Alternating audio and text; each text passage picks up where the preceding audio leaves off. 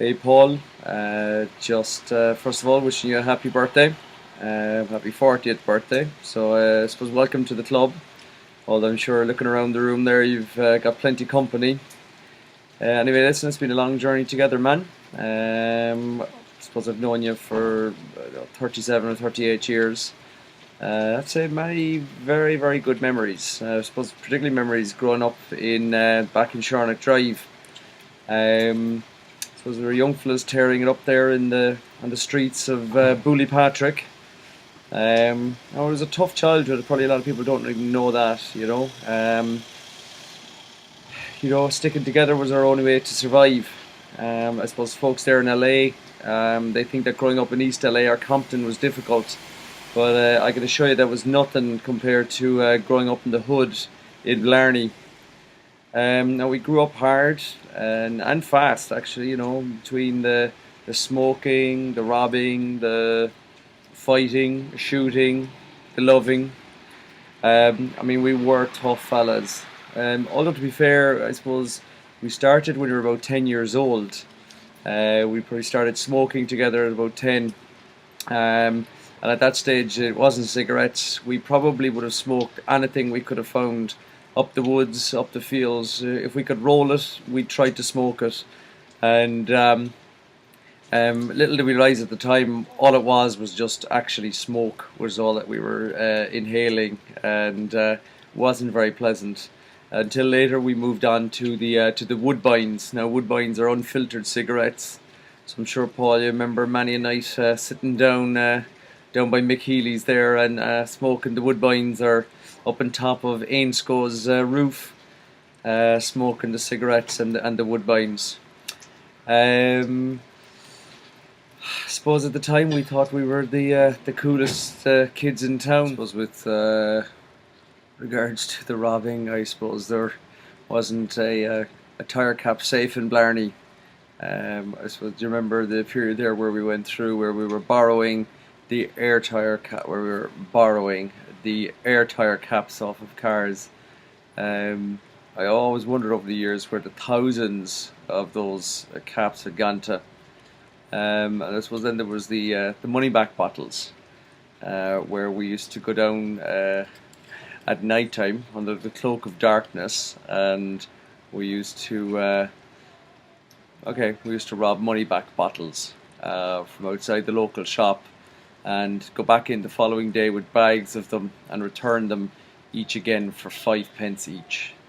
I suppose nowadays how I justify it is, I feel better now that, yeah, I look at it as if they were like paying us protection money to stop others from robbing the shop, or worse, maybe burning the shop down.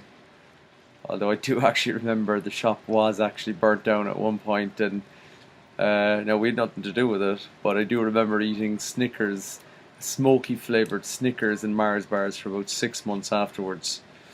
That's it. It was a great time though, playing football and hurling all summer long down in the green.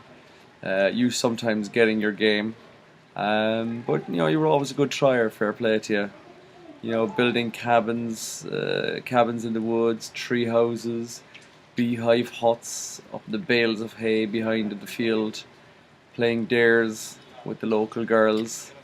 Come on, Don Kelly.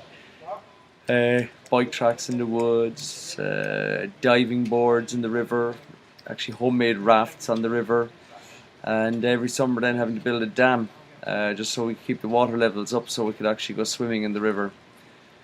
Jesus, boy, we were some hard workers back then. But it's actually, what about the home heating oil? We used to borrow home heating oil and set many things on fire. And there were Mary O'Leary's jam jars. Oh, and Brendan McGrath, when he stole actually borrowed the jar of sodium from the chemistry lab in school. Jesus, beginning to sound now like an episode of Breaking Bad. But anyway, listen, all good times. I mean, there are just way too many to mention now, and actually too much of it, I suppose, to censor now as well, as I'm just really not sure who exactly is listening. Well, I suppose, one thing, I'll just have to skip way too much here, talking about Paul when he was young. suppose you'll just have to wait for the autobiography to find out what all of the other things that actually happened.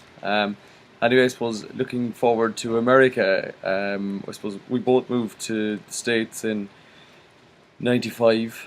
Moved to Winnetka. We had a four-bedroom house there with a pool and jacuzzi, and I'd say we thought we hit the jackpot. There was myself, Paul, Mark, and Don, and when I look back now, actually we were absolutely clueless. Now, we had a fantastic pad, but we had no game, no women, and no hope. But it wasn't until we actually moved to Santa Monica, I suppose all of that changed. We still had no game, no women, and no hope. But what we did find there was, I suppose, all the folks sitting in La Vecchia there tonight. We met great bunch of friends, and I suppose the best friends anyone could ever hope to find. Now, I won't reminisce too long here, as there are plenty of other people out there that can, I suppose, share stories from his West Side experience. But I have to say, Paul, we've had a great many times over the last 16 years in Los Angeles, or in LA, Northern California, New York, Dublin, Monaco, and let's not forget Paris, or Burning Man for that instance. Dude, listen, it was absolutely epic. But Paul, I actually have to maybe sign off here. And Paul, I have to say it's been amazing knowing you. I have to count you as one of my best, one of my friends. And listen, we've had great times together, and I'm sure many more to come. I'm really sorry to miss out on being there for your birthday, but frankly, you just weren't worth the airfare. Anyway, listen, hope I have a very happy birthday. Hope to share a few pints with you soon back in Mulligan's or up in Johnny Fox's. And, oh, by the way, actually I was back in Cork last weekend and went into Cubans.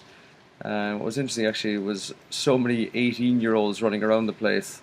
And it was interesting to see how many of them actually looked like you. Anyway, I'm just saying.